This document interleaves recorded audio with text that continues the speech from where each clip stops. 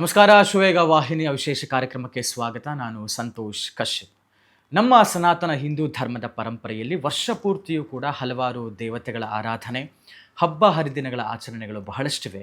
ಅಂಥದರಲ್ಲಿ ಪ್ರಮುಖವಾದ ಮುಂಚೂಣಿ ಸ್ಥಾನದಲ್ಲಿ ನಿಲ್ಲುವಂತಹ ಹಲವು ಹಬ್ಬಗಳಲ್ಲಿ ಒಂದು ಮಹಾವಿಷ್ಣುವಿನ 8ನೇ ಅವತಾರ, ಮನುಷ್ಯನ ಜೀವನದ ಮೂಲ ಏನು ಮತ್ತು ಹೇಗೆ ತನ್ನ ಜೀವನವನ್ನು ನಡೆಸಬೇಕು ಅನ್ನುವಂತಹ 18 ಅಧ್ಯಾಯಗಳ ಭಗವದ್ಗೀತೆಯಲ್ಲಿ ಬೋಧಿಸಿದಂತಹ ಗೀತಾಚಾರ್ಯ ಶ್ರೀಕೃಷ್ಣ ಪರಮಾತ್ಮನ ಹುಟ್ಟು ಜನ್ಮಾಷ್ಟಮಿಯ ಶುಭ ಸಂದರ್ಭದಲ್ಲಿದ್ದೇವೆ. ಜೊತೆಗೆ ಇವತ್ತು ನಮ್ಮ ಜೊತೆಗೆ ಒಬ್ಬರು ವಿಶೇಷವಾದಂಥ ಅತಿಥಿ ಇದ್ದಾರೆ. ನಮ್ಮ ಧರ್ಮದಲ್ಲಿ ಸ್ವಾಮಿಗಳು ಮತ್ತು ಮಠಗಳಿಗೆ ತಮ್ಮದೇ ಆದಂಥ ಒಂದು ಪ್ರಾಮುಖ್ಯತೆ ಮತ್ತು ವೈಶಿಷ್ಟ್ಯತೆ ಇದೆ. ಅದೇ ರೀತಿಯಲ್ಲಿ ಇವತ್ತು ನಮ್ಮ ಜೊತೆಗಿರುವಂಥವರು ಮೇಲುಕೋಟೆಯ ಶ್ರೀ ರಾಮಾನುಜಾಚಾರ್ಯ ಪರಂಪರೆಯ ಶ್ರೀಗಳು. ತಮ್ಮ ಆಧ್ಯಾತ್ಮಿಕ ಸಾಧನೆಯ ಜೊತೆಗೆ ಸಾಮಾಜಿಕ ಹಿತಕ್ಕಾಗಿಯೂ ಸದಾ ತಮ್ಮ ಭಗವತ್ ಭಕ್ತರ ಒಂದು ಶ್ರೇಯಸ್ಸನ್ನು ಬಯಸುವಂತಹ ಪೂಜ್ಯ ಶ್ರೀಗಳು ಯದುಗಿರಿ ಯತಿರಾಜ ಜೀಯರ್ ಸ್ವಾಮಿಗಳು ಇವತ್ತು ನಮ್ಮ ಜೊತೆಗಿದ್ದಾರೆ. ಬನ್ನಿ ಅವ್ರನ್ನ ಮಾತಾಡಿಸ್ತಾ ಹೋಗೋಣ. ಗುರುಗಳೇ ನಮಸ್ಕಾರ. ಕಾರ್ಯಕ್ರಮಕ್ಕೆ ಭಕ್ತಿಪೂರ್ವಕ ಸ್ವಾಗತ. ಗುರುಗಳೇ, ನಾವು ಇವತ್ತು ಶ್ರೀಕೃಷ್ಣ ಜನ್ಮಾಷ್ಟಮಿಯ ಶುಭ ಪರ್ವಕಾಲದಲ್ಲಿದ್ದೇವೆ. ತಮ್ಮ ಒಂದು ಅನುಗ್ರಹ ಸಂದೇಶ ನಮ್ಮ ವೀಕ್ಷಕರಿಗೆ. ಖಂಡಿತ. ಶ್ರೀಮತಿ ರಾಮಾನುಜಾಯ ನಮಃ. ವಸುದೇವ ಸುತಂ ದೇವಂ ಕಂಸ ಚಾಣೂರಮರ್ದನಂ ದೇವಕಿ ಪರಮಾನಂದಂ ಕೃಷ್ಣಂ ವಂದೇ ಜಗದ್ಗುರುಂ ತಸ್ಮೈ ರಾಮಾನುಜಾರ್ಯಾಯ ನಮಃ ಪರಮಯೋಗಿನೇ ಯಶ್ ಶ್ರುತಿ ಸ್ಮೃತಿ ಸೂತ್ರಾಣಾಂ ಅಂತರ್ಜಲಮಶೀಷಮತ್. ನಮ್ಮೆಲ್ಲ ಅಶ್ವವೇಗದ ವೀಕ್ಷಕರಿಗೆ ಜನ್ಮಾಷ್ಟಮಿಯ ಶುಭಾಶಯಗಳು. ಈ ಜನ್ಮಾಷ್ಟಮಿ ಕೃಷ್ಣನ ಅನುಗ್ರಹ ಎಲ್ಲರ ಮೇಲಾಗಲಿ, ಎಲ್ಲರಲ್ಲೂ ಒಳ್ಳೆಯ ಕೃಷ್ಣ ಭಕ್ತಿ ಉಂಟಾಗಲಿ ಅಂತ ನಾನು ಆ ಕೃಷ್ಣನಲ್ಲೇ ಪ್ರಾರ್ಥನೆ ಮಾಡ್ತಾ ಇದ್ದೀನಿ. ನೀವು ಹೇಳಿದಂತೆ ನಮ್ಮ ಹಿಂದೂ ಸಮಾಜದಲ್ಲಿ, ಸನಾತನ ಧರ್ಮದಲ್ಲಿ ಹಬ್ಬ ಹರಿದಿನಗಳಿಗೆ ವಿಶೇಷವಾದಂತಹ ಸ್ಥಾನ ಇದೆ. ಹಬ್ಬ ಹರಿದಿನಗಳ ಆಚರಣೆ ಅಂದರೆ ನಮ್ಮೆಲ್ಲ ಕಹಿ ಭಾವನೆಗಳನ್ನು, ನೋವನ್ನು ಮರೆತು ಸಂತೋಷವಾಗಿ ಭಗವಂತನ ಪೂಜೆ ಮಾಡ್ತಾ, ಒಂದು ವರ್ಗದೊಡನೆ ಓಡಾಡ್ತಾ ಆಚರಣೆ ಮಾಡೋದೇ ಹಬ್ಬಗಳ ವಿಶೇಷತೆ. ನಮ್ಮ ಜೀವನಕ್ಕೆ ಒಂದು ರೀತಿಯ ಚೈತನ್ಯವನ್ನು, ಸ್ಫೂರ್ತಿಯನ್ನು ಕೊಡುವಂಥದ್ದು ಹಬ್ಬಗಳು. ಈ ಹಬ್ಬಗಳ ಸಾಲಿನಲ್ಲಿ ಅತ್ಯಂತ ಮಹತ್ವಪೂರ್ಣವಾದಂತಹದ್ದು, ಪವಿತ್ರತಮವಾದಂತಹದ್ದು ಅಂದರೆ ಕೃಷ್ಣ ಜನ್ಮಾಷ್ಟಮಿ. ದ್ವಾಪರ ಯುಗದಲ್ಲಿ ಅವತರಿಸಿದಂತಹ ಕೃಷ್ಣ ಸಾರ್ವಕಾಲಿಕವಾದಂತಹ ಒಂದು ದಿವ್ಯವಾದಂತಹ ಚೈತನ್ಯ ಶಕ್ತಿ ಇದು. ಭಗವಂತನ ದಶಾವತಾರಗಳಲ್ಲಿ ರಾಮಕೃಷ್ಣಾದಿ ಅವತಾರಗಳು ಪೂರ್ಣಾವತಾರ, ಕೃಷ್ಣಾವತಾರ ಪರಿಪೂರ್ಣ ಅವತಾರ. ರಾಮಾವತಾರ ರಾಮನ ಗುಣಗಳನ್ನು ವಿಶೇಷವಾಗಿ ವರ್ಣಿಸ್ತಾ ರಾಮನ ಧರ್ಮದ ಆಚರಣೆಯ ಬಗ್ಗೆ ವಿಶೇಷವಾಗಿ ಮಹತ್ವ ಕೊಟ್ಟಂಥದ್ದು. ರಾಮೋ ವಿಗ್ರಹವಾನ್ ಧರ್ಮ ಅಂತ ಮಾರೀಚ ಹೇಳ್ತಾನೆ. ಧರ್ಮಕ್ಕೆ ಪ್ರತೀಕ ಪ್ರಭು ರಾಮಚಂದ್ರ. ಅದೇ ದ್ವಾಪರ ಯುಗದಲ್ಲಿ ಅವತರಿಸಿದಂತಹ ಕೃಷ್ಣ, ಅವನು ಧರ್ಮದ ಪ್ರತೀಕನೇ. ಕೃಷ್ಣನ್ ಧರ್ಮಂ ಸನಾತನ. ಅವನು ಜಗದ್ಗುರುವಿನ ಸ್ಥಾನದಲ್ಲಿ ನಿಂತ, ಗುರುವಿನ ಸ್ಥಾನದಲ್ಲಿ ನಿಂತ. ಕೃಷ್ಣನ್ ಒಂದೇ ಜಗದ್ಗುರು. ಆ ಕೃಷ್ಣಾವತಾರ ಅಂದರೆ ಒಂದು ರೀತಿ ಎಲ್ಲರಲ್ಲೂ ಆನಂದವನ್ನು ತರುವಂಥ ಅವತಾರ ಅದು. ಕೃಷ್ಣ ಮಾಡಿದಂತಹ ಬಾಲಲೀಲೆಗಳು, ಅವನು ತೋರಿಸಿದಂತಹ ಒಂದು ಅದ್ಭುತವಾದಂತಹ ಪವಾಡಗಳು, ವಿಸ್ಮಯಗಳು ಎಲ್ಲರನ್ನ ಬೆರಗುಗೊಳಿಸುತ್ತೆ. ಕೃಷ್ಣ ತಾನು ತುಂಬ ಸಾಮಾನ್ಯನಂತೆ ತನ್ನ ಸ್ನೇಹಿತರ ಜೊತೆ ಓಡಾಡಿದಂತಹ ಪರಿ ಇದೆಯಲ್ಲ, ಅದಿನ್ಯಾವ ಅವತಾರದಲ್ಲೂ ನಾವು ನೋಡಲಿಕ್ಕಾಗೋದಿಲ್ಲ. ಕೃಷ್ಣಾವತಾರದಲ್ಲಿ ಮಾತ್ರ ನೋಡಬಹುದು. ಆ ಬಾಲಲೀಲೆಗಳೆಲ್ಲ ಯಾಕೆ ಅಂದರೆ ರಾಕ್ಷಸರ ಅವತಾರ, ರಾಕ್ಷಸರ ಸಂಹಾರ ಅಂತ ಹೇಳ್ತಾರಲ್ಲ, ಇಲ್ಲ. ಕೃಷ್ಣಾವತಾರದಲ್ಲಿ ಎಲ್ಲರನ್ನ ಉದ್ಧಾರ ಮಾಡಿದ. ಪೂತನಿಯನ್ನು ಉದ್ಧಾರ ಮಾಡಿದ, ಶಕಟಾಸುರನನ್ನು ಉದ್ಧಾರ ಮಾಡಿದ, ತೃಣಾವರ್ತನನ್ನು ಉದ್ಧಾರ ಮಾಡಿದ. ರಾಕ್ಷಸರನ್ನು ಉದ್ಧಾರ ಮಾಡ್ದ ಅಂತ. ಅವರೆಲ್ಲರಿಗೆ ಅವರ ಹಿಂದಿನ ಜನ್ಮದಲ್ಲಿದ್ದಂತಹ ಶಾಪ ವಿಮೋಚನೆಯನ್ನು ಕೃಷ್ಣ ಮಾಡಿದ. ಅದು ಕೃಷ್ಣಾವತಾರದ ವಿಶೇಷ. ಶ್ರೀಮದ್ ಭಾಗವತದಲ್ಲೇ ಪೂತನ ಸಂಹಾರ ಅಂತ ಹೇಳಲ್ಲ, ಪೂತನಿಯ ಉದ್ಧಾರ, ಕಾಳಿಯನ ಉದ್ಧಾರ, ಶಕಟಾಸುರನ ಉದ್ಧಾರ, ಈ ರೀತಿ ಅದೆಲ್ಲ ಆ ಲೀಲೆಗಳೆಲ್ಲ ಬಾಲ ಲೀಲೆಗಳು. ಆ ಲೀಲೆಗಳಲ್ಲಿ ಅತ್ಯಂತ ರೋಚಕವಾದಂಥದ್ದು, ಆನಂದ ಕೊಡುವಂಥದ್ದು ಅಂದರೆ ನವನೀತ ಚೌರ್ಯ. ಕೃಷ್ಣ ವೃಂದಾವನದಲ್ಲಿ ಮನೆ ಮಾತಾಗಿದ್ದ. ಅವನು ಅವತರಿಸಿದ್ದು ಮಥುರೆಯಲ್ಲಿ, ಕ್ಷಣಕಾಲ ಇದ್ದ. ಅಲ್ಲಿಂದ ಗೋಕುಲಕ್ಕೆ ಬಂದ, ಗೋಕುಲದಿಂದ ವೃಂದಾವನಕ್ಕೆ ಬಂದ. ಗೋಕುಲದಲ್ಲಿ ಲೀಲೆಗಳನ್ನು ನಡೆಸಿದ. ನಂದಗೋಪನ ಮಹಾರಾಜನ ಮನೆಯಲ್ಲಿ ದಾಮೋದರ ಲೀಲೆ ಇರಬಹುದು, ನವನೀತ ಚೌರ್ಯ ಇರಬಹುದು, ಬೆಣ್ಣೆ ಕದ್ದಿದ್ದು, ಅದೆಲ್ಲವೂ ಎಲ್ಲರಿಗೂ ಆನಂದ ಕೊಡುವಂಥದ್ದು. ಇವತ್ತು ಅದನ್ನು ಕೇಳಿದ್ರೆ ಆಬಾಲ ವೃದ್ಧರಾಗೆಲ್ಲ ಆನಂದ ಪಡ್ತಾರೆ, ಬೇಸರ ಆಗೋದಿಲ್ಲ. ಅಲ್ಲಿಂದ ವೃಂದಾವನಕ್ಕೆ ಬಂದ. ವೃಂದಾವನದಲ್ಲಿ ನಡೆಸಿದಂಥ ಲೀಲೆಗಳು ಅನಂತವಾದಂಥದ್ದು. ಗೋವರ್ಧನ ಗಿರಿಧಾರಿಯಾಗಿ ಗೋವರ್ಧನಗಿರಿಯನ್ನು ಎತ್ತಿ ಇಡೀ ವ್ರಜಮಂಡಲದ ನಿವಾಸಿಗಳಿಗೆಲ್ಲ ರಕ್ಷಣೆಯನ್ನು ಕೊಟ್ಟು, ಅದೆಲ್ಲ ರಾಸಲೀಲೆ, ರಾಸಪಂಚಾಧ್ಯಾಯಿ ಶ್ರೀಮದ್ ಭಾಗವತದಲ್ಲಿ ಬಹಳ ವಿಶೇಷವಾದಂಥದ್ದು. ಎಲ್ಲ ತಿಳ್ಕೊಂಡಿರೋದು ಕೃಷ್ಣ ಗೋಪಿಯರ ಜೊತೆ ಓಡಾಡ್ತಾ ಅಂತ, ಜೀವಾತ್ಮ ಪರಮಾತ್ಮದ ಸಂಯೋಗ ಆಗುವಂಥದ್ದು ರಾಸಲೀಲೆ. ಕೃಷ್ಣ ಅವರೆಲ್ಲರಿಗೆ ಆ ರೀತಿಯ ಭಗವದ್ಭಕ್ತಿಯನ್ನು ಉಂಟು ಮಾಡಿದ. ಅದರಿಂದ ಕೃಷ್ಣ ಯಾವತ್ತಿಗೂ ಪ್ರಸ್ತುತನಾಗ್ತಾನೆ. ಅವನು ಸನಾತನ ಯಾವತ್ತೂ ಪ್ರಸ್ತುತ ಆಗ್ತಾನೆ. ಗುರುಗಳೇ, ಸಾಮಾನ್ಯವಾಗಿ ಎಲ್ಲರ ಹುಟ್ಟು ಹಬ್ಬ ಅಂದ್ಬಿಡ್ತೀವಿ, ಆದರೆ ಎಲ್ಲರ ಹುಟ್ಟು ನಮಗೆ ಹಬ್ಬ ಆಗಕ್ಕೆ ಸಾಧ್ಯ ಇಲ್ಲ. ಆ ರೀತಿಯಾಗಿ ಈ ಪರಿಪೂರ್ಣ ಅವತಾರದಲ್ಲಿರುವಂಥ ಕೃಷ್ಣ ಬಾಲ್ಯದಲ್ಲಿ ತೋರಿಸಿದಂಥ ಎಲ್ಲ ಲೀಲೆಗಳ ಹಿಂದೆ ಒಂದು ಅರ್ಥ ಇತ್ತು ಅಂತ. ಅಂದರೆ ತಾಯಿಗಷ್ಟು ಕಾಟ ಕೊಡ್ತಿದ್ರು, ತಾಯಿಗೆ ಇಡೀ ಬ್ರಹ್ಮಾಂಡವನ್ನೇ ಬಾಯಲ್ಲಿ ತೋರಿಸ್ತಾರೆ. ಜೊತೆಗೆ ಆ 2 ಮರಗಳ ಮಧ್ಯದಲ್ಲಿ ಒರಳುಗಳ ಸಮೇತ ಓಡಿ ಹೋಗ್ತಾರೆ. ಆ ಬಾಲ್ಯದ ಲೀಲೆಗಳ ಹಿಂದೆ ಇದ್ದಂಥ ಒಂದು ಅರ್ಥಗಳೇನು ಅಂತ. ಆ ಕೃಷ್ಣಾವತಾರದಲ್ಲಿ ಒಂದು ಆನಂದವನ್ನು ಕೊಡುವಂಥದ್ದು, ಇನ್ನೊಂದು ಈ ಗೋಪಿಯರಿಗೆ ಮತ್ತು ಗೋಪಾಲರಿಗೆ ಅವರನ್ನು ತನ್ನ ಜೊತೆಯಲ್ಲೇ ಇಟ್ಟುಕೊಂಡು ಈ ಎಲ್ಲ ಕೆಲಸಗಳನ್ನು ಮಾಡಿ, ಎಲ್ಲೋ ಒಂದು ಕಡೆ ಅವರಿಗೆ ಇವನು ವಿಶೇಷವಾದಂಥ ಒಬ್ಬ ವ್ಯಕ್ತಿ, ಇವನು ನಮಗಿಂತ ವಿಶೇಷವಾದಂಥ ಸಾಕ್ಷಾತ್ ಭಗವಂತನ ಅವತಾರ ಕೃಷ್ಣ, ಶ್ರೀಮನ್ನಾರಾಯಣನ ಅವತಾರ. ಅಲ್ಲೂ ಅವತಾರದ ವಿಶೇಷ ತೋರಿಸ್ಕೊಳ್ಳಿಲ್ಲ. ವಿಶ್ವರೂಪ ದರ್ಶನ ಮಾಡಿದ ಮೇಲೂ ಯಶೋದೆಗೆ ಮಾಯೆ ಕೊಟ್ಟ, ಬಾಯಿನಲ್ಲಿ ವಿಶ್ವರೂಪ ದರ್ಶನವನ್ನು ಮಾಡಿಸಿದ. ಆದರೆ ಮಾಯೆ ಕೊಟ್ಟ. ಮತ್ತೆ ಇವನು ಬಾಲಕ, ಮತ್ತೆ ಇವನನ್ನು ಹಗ್ಗದಲ್ಲಿ ಕಟ್ಟಿ ಹಾಕ್ತಾರೆ, ಇವನ್ನ ಹೊಡಿತಾರೆ, ಬೈತಾರೆ, ಎಲ್ಲ ಮಾಡ್ತಾರೆ. ಅದೆಲ್ಲ ಮಾಡಿಸ್ಕೊಳ್ತಾನೆ ಅವನು. ಅಲ್ಲೆಲ್ಲ ಅವನು ಸಾಮಾನ್ಯನಂತೆ ಇರ್ತಾನೆ. ಈ ಲೀಲೆಗಳಲ್ಲೆಲ್ಲ ನಡೆಸಿರೋವಂಥದ್ದು ಹೋದ ಜನ್ಮದಲ್ಲಿ ಏನೇನು ಇವರುಗಳಿಗೆ ಶಾಪ ಇತ್ತು, ಆ ಶಾಪ ವಿಮೋಚನೆ ಎಲ್ಲದನ್ನು ಒಂದಾದ್ಮೇಲೆ ಮಾಡಿ ಅವರಿಗೆ ಒಂದು ಜೀವನವನ್ನು ತೋರಿಸ್ದ, ಒಳ್ಳೆಯ ಜೀವನವನ್ನು ತೋರಿಸ್ದ. ತಾತ್ವಿಕವಾಗಿ ಯೋಚನೆ ಮಾಡೋದು ಸಹ ಬರೀ ಲೀಲೆಗಳು ಮಾತ್ರ ಅಲ್ಲ, ಆ ಎಲ್ಲ ಶಾಪ ಆಗಿದ್ದಲ್ಲ, ಅವರೆಲ್ಲ ಶಾಪ ಮುಕ್ತರಾಗ್ಬಿಟ್ರು. ಅದೊಂದು ವಿಶೇಷ ಕೃಷ್ಣಾವತಾರದಲ್ಲಿ. ಗುರುಗಳೇ, ಮತ್ತು ಅಂದರೆ ನಮ್ಮ ಇಡೀ ಭಾರತ ಒಂದು ಪುಣ್ಯಕ್ಷೇತ್ರಗಳಿಂದ ತುಂಬಿರುವಂತಹ ಸನಾತನ ಭೂಮಿ, ಅದರಲ್ಲಿ ಶ್ರೀಕೃಷ್ಣನ ವಿಚಾರ ಅಂತ ತಗೊಳ್ಳೋದಾದರೆ ಹುಟ್ಟಿದ್ದಂಥದ್ದು ಉತ್ತರ ಭಾರತದಲ್ಲಿ, ಅದರಲ್ಲೂ ಕೂಡ ಬೇರೆ ಬೇರೆ ಅವತಾರಗಳಲ್ಲಿ, ಅಂದರೆ ಬೇರೆ ಬೇರೆ ರೂಪ ನಮ್ಮ ಭಾವನೆಗೆ ತಕ್ಕ ಹಾಗೆ. ಅದು ಈಗ ಉಡುಪಿಯಲ್ಲಿ ಕಡಗೋಲು ಕೃಷ್ಣನಾಗಿ ನೋಡ್ತೇವೆ, ಗುರುವಾಯೂರಿನಲ್ಲಿ ಅವರದೇ ಆದಂಥ ಆರಾಧನೆ ಇದೆ, ಜೊತೆಗೆ ದ್ವಾರಕೆಯಲ್ಲಿ, ಪುರಿಯಲ್ಲಿ, ಹೀಗೆ ಬೇಕಾದಷ್ಟು ಭಾವನೆಗಳಲ್ಲಿ ಬೇರೆ ಬೇರೆ ಕಡೆ ನೋಡ್ತೀವಿ. ಆ ಅನುಸಂಧಾನ ಹೇಗೆ ಅಂತ? ರಾಮ ಇಡೀ ಭಾರತದಲ್ಲಿ ಎಲ್ಲ ಕಡೆ ಸಂಚಾರ ಮಾಡ್ತಾನೆ.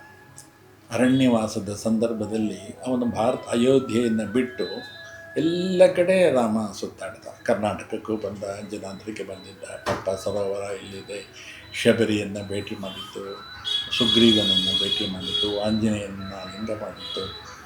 ಅರ್ಧ ವಾಲ್ಮೀಕಿ ರಾಮಾಯಣ ನಮ್ಮ ಕರ್ನಾಟಕದಲ್ಲಿ ಅಂಜನಾದ್ರಿಯಲ್ಲಿದೆ. ರಾಮ ಎಲ್ಲ ಕಡೆ ಸುತ್ತಾಡಿದ್ದು ಉಂಟು. ಕೃಷ್ಣ ಹೆಚ್ಚಿಗೆ ಸುತ್ತಾಡಲಿಲ್ಲ. ಅವನು ಮಥುರಲ್ಲಿ ಹುಟ್ಟಿದ, ಗೋಕುಲಕ್ಕೆ ಬಂದ, ವೃಂದಾವನಕ್ಕೆ ಬಂದ, ವೃಂದಾವನದಿಂದ ಅವನು ದ್ವಾರಕೆ ಹೋಗ, ಮತ್ತು ಹಸ್ತಿನಾಪುರ, ಅಲ್ಲಲ್ಲೇ ಸುತ್ತ. ಆದರೆ ಕೃಷ್ಣನ ಪ್ರಭಾವ ಹೇಗಿತ್ತು ಅಂದರೆ ಎಲ್ಲ ಕಡೆ ಕೃಷ್ಣನ ಪ್ರಭಾವ ಆಗ್ಬಿಡ್ತು. ಉತ್ತರ ಭಾರತ ಮಾತ್ರ ಅಲ್ಲ, ದಕ್ಷಿಣ ಭಾರತದಲ್ಲಿ ಎಷ್ಟು ದೇವಸ್ಥಾನ, ಕೃಷ್ಣ ಕ್ಷೇತ್ರಗಳು ಇದೆಲ್ಲ. ಕೃಷ್ಣಾರಣ್ಯ ಕ್ಷೇತ್ರಗಳನ್ನು ತಮಿಳುನಾಡಿನಲ್ಲಿದೆ. ಆಳ್ವಾರುಗಳು ಹಾಡಿರುವಂಥದ್ದು, ಶ್ರೀ ವೈಷ್ಣವ ಸಂತರು ಹಾಡಿರುವಂಥದ್ದು ಪಂಚಾಯತ್ ಕೃಷ್ಣಾರಣ್ಯ ಕ್ಷೇತ್ರಗಳು. ಯಾವುದು ಗುರುಗಳೇ ಅದು? ಅದರಲ್ಲಿ ಮನ್ನಾರ್ಗುಡಿ ಒಂದೇ, ಮನ್ನಾರ್ಗುಡಿ ರಾಜಗೋಪಾಲ ಒಂದಿದೆ. ತೇರಳಂದೂರು ಕೃಷ್ಣ, ಅವನು ಕೃಷ್ಣಾರಣ್ಯ ಕ್ಷೇತ್ರ. ಅದರ ಪಕ್ಕದಲ್ಲೇ ಇನ್ನೊಂದು ಗ್ರಾಮ ಇದೆ, ಅದು ಕೃಷ್ಣಾರಣ್ಯ ಕ್ಷೇತ್ರ. ಕೃಷ್ಣನ ದೇವಸ್ಥಾನಗಳಿಗೇನು ಕಮ್ಮಿ ಇಲ್ಲ, ರಾಮನ ದೇವಸ್ಥಾನಗಳು ಸರಿ. ಅದರಲ್ಲಿ ವಿಶೇಷವಾಗಿ ಜಗನ್ನಾಥಪುರಿ, ಪುರಿ ಜಗನ್ನಾಥನ ಕ್ಷೇತ್ರ ಬಹಳ ವಿಶೇಷವಾದಂಥದ್ದು. ಅಲ್ಲಿಯ ಐತಿಹ್ಯದ ಪ್ರಕಾರ ಕೃಷ್ಣನ ಆತ್ಮ ಅಲ್ಲಿದೆ. ಅದನ್ನೇ ಇವತ್ತಿಗೂ ಗುಪ್ತ ವೃಂದಾವನ ಅಂತ ಅದನ್ನು ಕರೀತಾರೆ. ಅಲ್ಲಿ ಕೃಷ್ಣನ ಆತ್ಮ ಇದೆ. ಅಲ್ಲಿ ದಾರುಬ್ರಹ್ಮನಾಗಿ ದರ್ಶನ ಕೊಡ್ತಾನೆ ಭಗವಂತ. ಅಣುರೇಣು ತೃಣಕಾಷ್ಟಗಳಲ್ಲೆಲ್ಲ ವ್ಯಾಪಿಸಿದ್ದಾನೆ. ಇದು ಸಿದ್ಧಾಂತ. ನಮ್ಮ ಸ್ವಾಮಿ ರಾಮಾನುಜರು ಇದನ್ನು ಪ್ರತಿಪಾದಿಸಿದರು. ಎಲ್ಲ ಕಡೆ ಭಗವಂತ ಇದ್ದಾನೆ. ಜಗತ್ತೆಲ್ಲ ಭಗವಂತನ ಸೃಷ್ಟಿ. ಇದರಲ್ಲಿ ಭಗವಂತ ಇದ್ದಾನೆ, ಅದರಲ್ಲಿ ಭಗವಂತ ಇದ್ದಾನೆ, ಅದರಲ್ಲಿ ಭಗವಂತ ಇದ್ದಾನೆ, ಎಲ್ಲ ಕಡೆ ಭಗವಂತ ಇದ್ದಾನೆ. ಆ ಭಗವಂತ ಇರೋದು ಹೇಗೆ ಗೊತ್ತಾಗುತ್ತೆ? ದೇವಸ್ಥಾನಗಳಲ್ಲಿ ನಾವು ಹೋದರೆ ಆ ಮೂರ್ತಿಯನ್ನು ದರ್ಶನ ಮಾಡ್ತೀವಿ. ಆದರೆ ಅದರ ಅರಿವಾಗಬೇಕಲ್ಲ. ಅದಕ್ಕೆ ಈ ಕೃಷ್ಣ ಯೋಚನೆ ಮಾಡ್ದ, ನಾಳೆ ಜನಕ್ಕೆ ಸಂದೇಹ ಬರಬಾರ್ದು, ದಾರು ರೂಪದಲ್ಲೂ ನಾನು ಇರ್ತೀನಿ ಅಂಥೇಳಿ ಪುರುಷೋತ್ತಮ ಕ್ಷೇತ್ರ ಅದು ಪುರಿ ಕ್ಷೇತ್ರ. ಬಹಳ ವಿಶೇಷವಾದಂಥ ಕ್ಷೇತ್ರ. ಅಲ್ಲಿ ನಡೆಯುವಂಥ ಭೋಗ ಇದೆಯಲ್ಲ, ಎಲ್ಲಿ ಜಗತ್ತಿನಲ್ಲಿ ಎಲ್ಲೂ ಅಂಥ ಭೋಗ ನಡೆಯೋದಿಲ್ಲ. ಅಲ್ಲಿ ಬಲರಾಮ ಸುಭದ್ರ ಜೊತೆಯಲ್ಲಿ ತ್ರಿಮೂರ್ತಿಗಳು ಅವರು ಇದ್ದಾರೆ. ಅಲ್ಲಿ ನಡೆಯುವಂಥ ರಥಯಾತ್ರೆ ವಿಶ್ವವಿಖ್ಯಾತವಾದಂತಹ ರಥಯಾತ್ರೆ. ಅತ್ಯಂತ ಸಾಮಾನ್ಯರಿಗೆ, ಮುಗ್ಧರಿಗೆ ಆ ಜಗನ್ನಾಥ ಅನುಗ್ರಹ ಮಾಡ್ತಾನೇ ಇರ್ತಾನೆ. ಮತ್ತು ಆ ವಿಗ್ರಹದ ವಿಶೇಷತೆ ಅಂದರೆ ಸಹಜವಾಗಿ ನಾವು ಮೂರ್ತಿ ನೋಡ್ತೀವಿ, ಬಹಳ ವಿಕಾರ ರೂಪದಲ್ಲಿ ವಿಕಾರ ಚೀಚಿ ಅದು ಅಪಶಬ್ದ ಆಗುತ್ತೆ. ವಿಕಾರ ಅಂತಲ್ಲ, ಅದು ಸಕಾರದಲ್ಲಿ ಸ್ವರೂಪದಲ್ಲಿ ಆನಂದದಾಯಕವಾದಂಥ ರೂಪ. ಅದು ತುಂಬ ಆನಂದದಾಯಕವಾದಂಥ ರೂಪ ಅದು. ಅದಕ್ಕೆ ಒಂದು ಬಲವಾದಂಥ ಐತಿಹ್ಯ ಅಂದರೆ, ಮಹಾಭಾರತದ ಯುದ್ಧ ಎಲ್ಲ ಆದಮೇಲೆ ಕೃಷ್ಣ ಏನಾಯಿತು ಅಂದರೆ, ಒಂದು ಜಾಗದಿಂದ ಬಿಟ್ಟು ಮತ್ತೊಂದು ಜಾಗಕ್ಕೆ ಹೋದ ಮೇಲೆ ಹಿಂದಿನ ಜಾಗಕ್ಕೆ ಬರ್ತಾ ಇರಲಿಲ್ಲ. ಅವನು ವೃಂದಾವನಕ್ಕೆ ಬರಲೇ ಇಲ್ಲ. ವೃಂದಾವನದಲ್ಲೇ ಒಂದು 5-6 ವರ್ಷ ಆ ರಾಸಲೀಲೆ ಇದೆಲ್ಲ ತನಕ ಆದಮೇಲೆ ಅವನು ಮುಂದೆ ಹೊರಟುಬಿಟ್ಟ. ಮತ್ತೆ ಇಲ್ಲಿಗೆ ಬರಲಿಲ್ಲ. ಈ ಕೃಷ್ಣನ ಲೀಲೆಗಳನ್ನೆಲ್ಲ ದೇವಿಕಿ ವಸುದೇವರು ನೋಡಲೇ ಇಲ್ಲ, ಪಾಪ ಅನುಭವಿಸಲೇ ಇಲ್ಲ.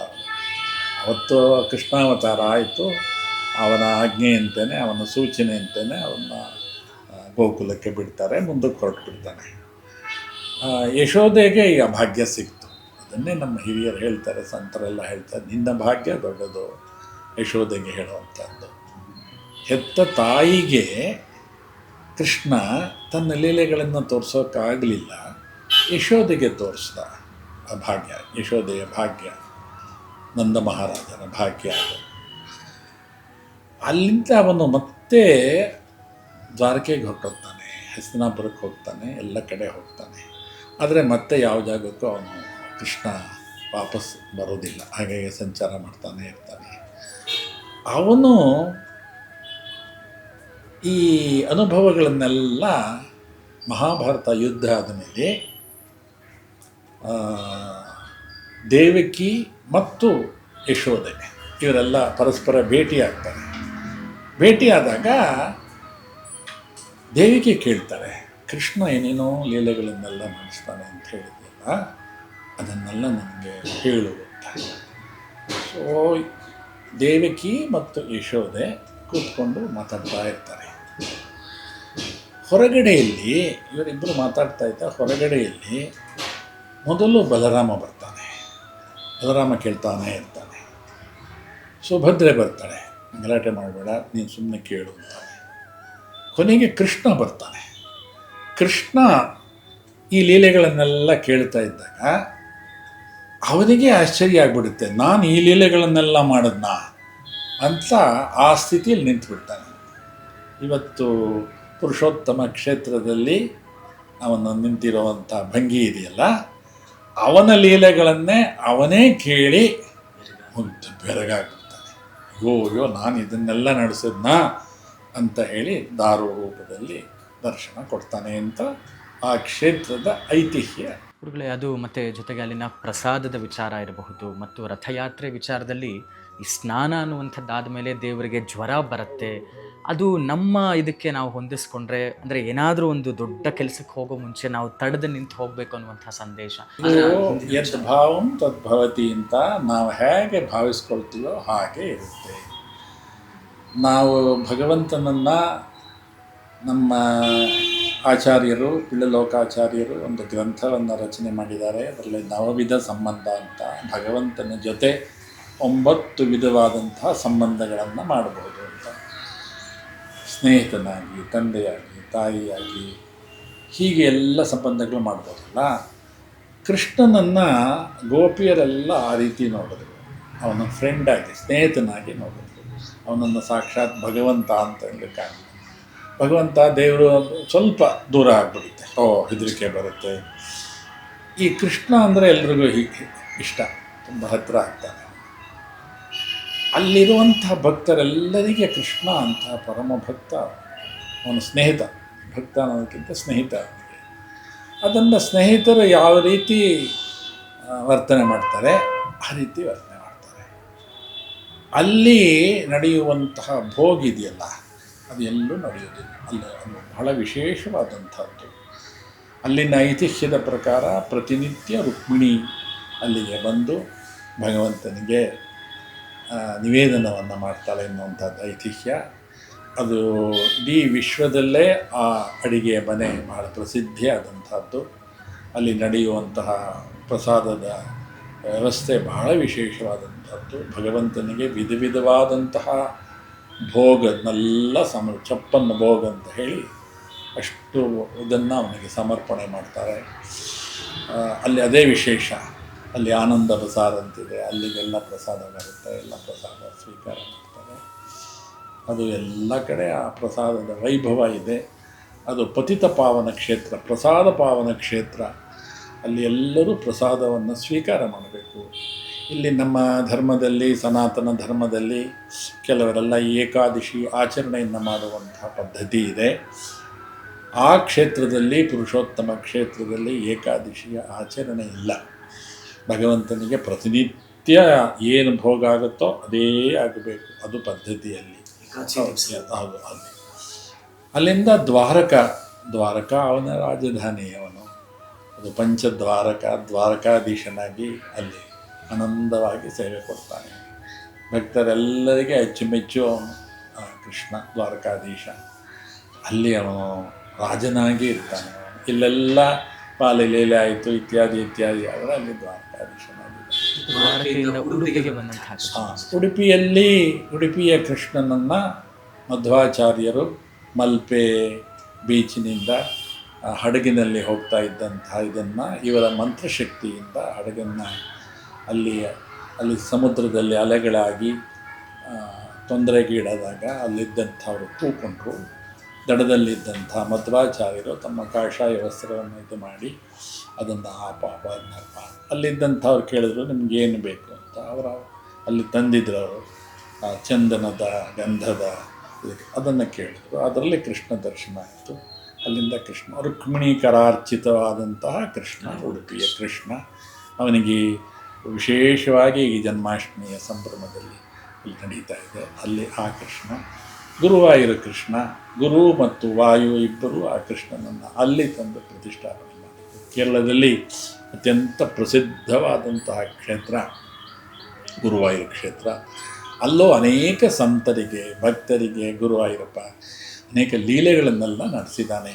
ಗುರುವಾಯೂರಪ್ಪನ ಪರಮಭಕ್ತರಾದಂತಹ ನಾರಾಯಣ ಭಟ್ಟತಿರಿ ಶ್ರೀಮದ್ ಭಾಗವತದ ಸಾರವಾದಂತಹ ನಾರಾಯಣಿ 1000 ಶ್ಲೋಕಗಳಲ್ಲಿ ಪೂರ್ತಿ ಅಲ್ಲಿ ರಚನೆ ದೇವಸ್ಥಾನದಲ್ಲೇ ಕೂತು ರಚನೆ ಮಾಡಿ ಒಂದೊಂದು ಪದ್ಯವನ್ನು ಕೃಷ್ಣ ಗುರುವಾಯೂರಪ್ಪ ಅದನ್ನು ಕೇಳಿ ಆನಂದಪಟ್ಟಿದ್ದಾರೆ ಎನ್ನುವಂಥದ್ದು ಆ ಕ್ಷೇತ್ರದ ಐತಿಹ್ಯ. ಹೀಗೆ ಎಲ್ಲ ಕ್ಷೇತ್ರಗಳು ದ್ವಾರಕೆಯಲ್ಲೇ ರಾಜಸ್ಥಾನದಲ್ಲೇ ಪಂಚದ್ವಾರಕೆಗಳಿದೆ, ನವದ್ವಾರಕೆಗಳಿದೆ. ಅದರಲ್ಲಿ ನಾಥದ್ವಾರ ಬಹಳ ವಿಶೇಷವಾದಂಥದ್ದು. ಅಲ್ಲೂ ಭೋಗ ತುಂಬ ವಿಶೇಷ. ವಲ್ಲಭಾಚಾರ್ಯರು ಆ ಕೃಷ್ಣನನ್ನು ಅಲ್ಲಿ ಪ್ರತಿಷ್ಠಾಪನೆ ಮಾಡಿದರು. ಹೀಗೆ ದೇಶದ ಎಲ್ಲ ಕಡೆ ಆ ಕಡೆ ಮಾತ್ರ ಅಲ್ಲ, ಕರ್ನಾಟಕದಲ್ಲೂ ಅನೇಕ ಕೃಷ್ಣ ಕ್ಷೇತ್ರಗಳು. ಉಡುಪಿಯ ಕೃಷ್ಣ ಆದರೆ ಮಳೂರಿನಲ್ಲಿ ಜಗದೋದ್ಧಾರನ ಕೃಷ್ಣ, ಪುರಂದರದಾಸರು ಹಾಡಿದಂತಹ ಜಗದೋದ್ಧಾರ ಇವತ್ತಿಗೂ ಆ ಮಂಟಪವನ್ನು ತೋರಿಸ್ತಾರೆ. ಆ ಕೃಷ್ಣ ಇದ್ದಾನೆ. ಇಲ್ಲಿ ಬೆಂಗಳೂರಿನಲ್ಲೇ ತುಳಸಿ ತೋಟದಲ್ಲಿ ತ್ರಿಭಂಗಿಧಾರಿ ಕೃಷ್ಣ ಅಲ್ಲಿದ್ದಾನೆ. ನಮ್ಮ ಶ್ರೀಮಠದಲ್ಲೂ ಕೃಷ್ಣ ಆರಾಧ್ಯ ಮೂರ್ತಿಯಾಗಿ ಇಲ್ಲಿದ್ದಾನೆ. ಸೊ ಕೃಷ್ಣ ಎಲ್ಲೆಲ್ಲೋ ಇರ್ತಾನೆ. ಹೀಗೆ ಅವನು ವೃಂದಾವನದಲ್ಲಿ ಪ್ರತಿ ಮನೆಗಳಿಗೂ ಹೋಗಿ ಅಲ್ಲೆಲ್ಲೇ ತೋರಿಸಿದ್ನೋ ಕೃಷ್ಣಾವತಾರ ಆದಮೇಲೆ ಭಾರತದ ವಿವಿಧ ಕಡೆಗಳಲ್ಲಿ, ವಿವಿಧ ಸ್ಥಳಗಳಲ್ಲೆಲ್ಲ, ಪುಣ್ಯಕ್ಷೇತ್ರಗಳಲ್ಲೆಲ್ಲ ಕೃಷ್ಣ ಓಡಾಡಿ ಅವನ ಲೀಲೆಗಳನ್ನು ಇವತ್ತು ತೋರಿಸ್ತಾ ಇದ್ದಾನೆ. ಗುರುಗಳೇ, ಮತ್ತು ಈ ಬೇರೆ ದೇವರುಗಳ ಆರಾಧನೆ ಕ್ರಮ ನೋಡಕ್ಕೆ ಹೋದ್ರೂ ಕೃಷ್ಣ ಬಹಳ ಸುಲಭವಾಗಿ ಒಂದು ದಳ ಶ್ರೀ ತುಳಸಿ ಒಂದು ಬಿಂದು ಗಂಗೋದಕ, ಸುಲಭದ ಮುಕುತಿಗೆ ಸುಲಭದಿ ದೊರೆಯುವ ಅಂತ ದಾಸರಲ್ಲೂ ಹಾಡಿ ಹೊಗಳಿದ್ದಾರೆ. ಹಾಗೆ ಏನೂ ಬೇಡ ನನಗೆ, ನಿನ್ನ ಹತ್ರ ಏನಿದೆ ಅಷ್ಟೇ ಭಾವನೆಯಿಂದ ಮಾಡಿದ್ರೆ ಸಾಕು ಅಂತ ಕೇಳುವಂಥ ದೇವರು ಕೃಷ್ಣ. ಈ ವಿಚಾರವಾಗಿ ಹೇಳ್ತೀರಾ? ಭಗವಂತ ಎಲ್ಲ ದೇವರು ಕೃಷ್ಣ ಅಂತ ಒಬ್ಬ ಎಲ್ಲರೂ ಪತ್ರಂ ಪುಷ್ಪಂ ಫಲಂ ತೋಯಂ. ಕೃಷ್ಣನೇ ಗೀತಾಚಾರ್ಯನೇ ಗೀತೆಯಲ್ಲಿ ಹೇಳುವಂಥದ್ದು. ಭಗವಂತನಿಗೆ ಏನೂ ಅವಶ್ಯಕತೆ ಇಲ್ಲ. ಇದೆಲ್ಲ ಮಾಡೋದು ನಮ್ಮ ಆನಂದಕ್ಕೆ, ಅವನ ಸಂತೋಷಕ್ಕೆ. ಅವನಿಗೆ ಅರ್ಪಣೆ ಮಾಡಿದ್ರೆ ಅವನ ಆ ಸಂತೋಷವನ್ನು ನಮಗೆ ಹಂಚ್ತಾನೆ. ಶ್ರೀರಾಮನವಮಿ ಅಂದರೆ ಪಾನಕ ಕೋಸಂಬರಿ ಇಷ್ಟೆಲ್ಲ ಆಗೋಗುತ್ತೆ.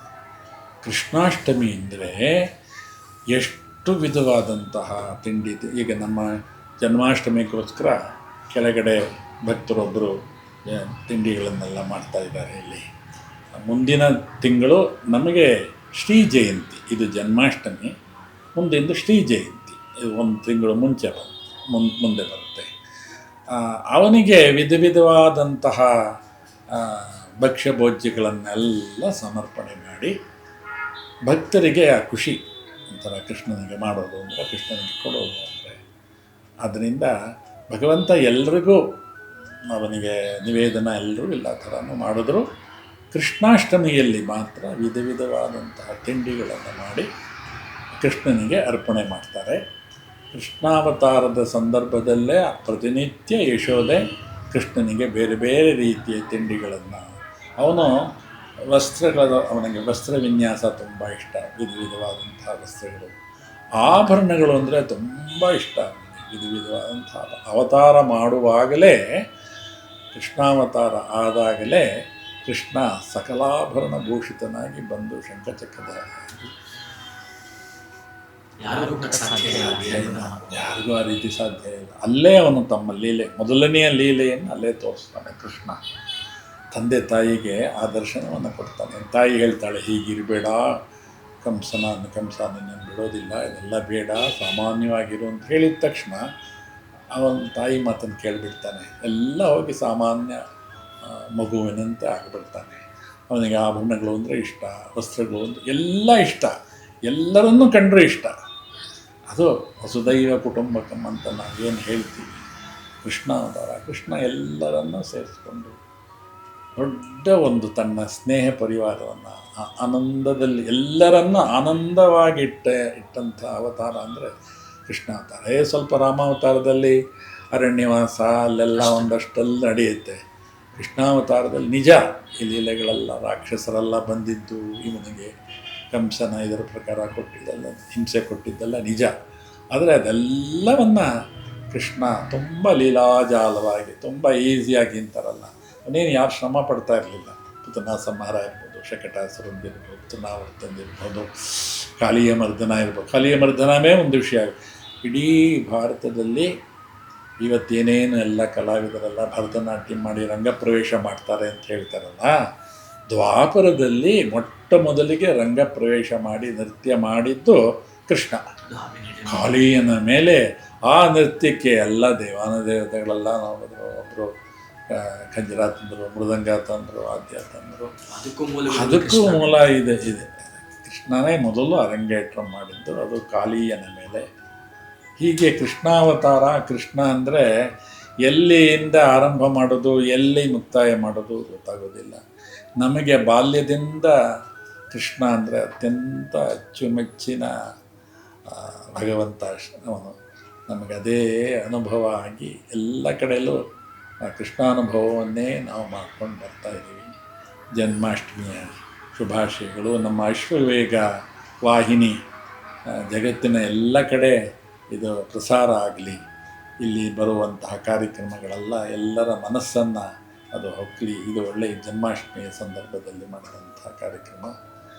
ನಮ್ಮೆಲ್ಲ ವೀಕ್ಷಕರಿಗೆ ಜನ್ಮಾಷ್ಟಮಿಯ ಶುಭಾಶಯಗಳು. ಹಾಗೆ ಮುಂದಿನ ತಿಂಗಳು ಬರುವಂತಹ ಶ್ರೀ ಜಯಂತಿಯ ಶುಭಾಶಯಗಳು. ಎಸ್ ಗುರುಗಳೇ, ತಮ್ಮ ಅತ್ಯಮೂಲ್ಯವಾದಂಥ ಮಾತುಗಳಿಗಾಗಿ ಮತ್ತು ಸಮಯಕ್ಕಾಗಿ ಅಶ್ವವೇಗ ವಾಹಿನಿ ಪರವಾಗಿ ಪ್ರೀತಿಯ ಭಕ್ತಿಯ ಧನ್ಯವಾದಗಳು ಗುರುಗಳೇ. ಎಸ್, ನೋಡಿದ್ರಲ್ಲ ವೀಕ್ಷಕರೇ, ಶ್ರೀಕೃಷ್ಣನ ಪರಿಪೂರ್ಣ ಅವತಾರ, ಅದರ ಹಿಂದಿನ ಲೀಲೆಗಳು ಮತ್ತು ಅದರ ಹಿಂದಿನ ಅರ್ಥ ಎಲ್ಲವನ್ನು ಕೂಡ ತಮ್ಮದೇ ಆದಂಥ ಮಾತುಗಳಲ್ಲಿ ಯದುಗಿರಿ ಯತಿರಾಜ ಶ್ರೀಯರ್ ಸ್ವಾಮಿಗಳು ನಮಗಾಗಿ ತಿಳಿಸಿಕೊಟ್ಟಿದ್ದಾರೆ. ಇದಾಗಿತ್ತು ಇವತ್ತಿನ ವಿಶೇಷ. ನೋಡ್ತಾ ಇರಿ ಅಶ್ವವೇಗ ನ್ಯೂಸ್. ಇದು ಸತ್ಯಾನ್ವೇಷಣೆಯ ಓಟದಲ್ಲಿ.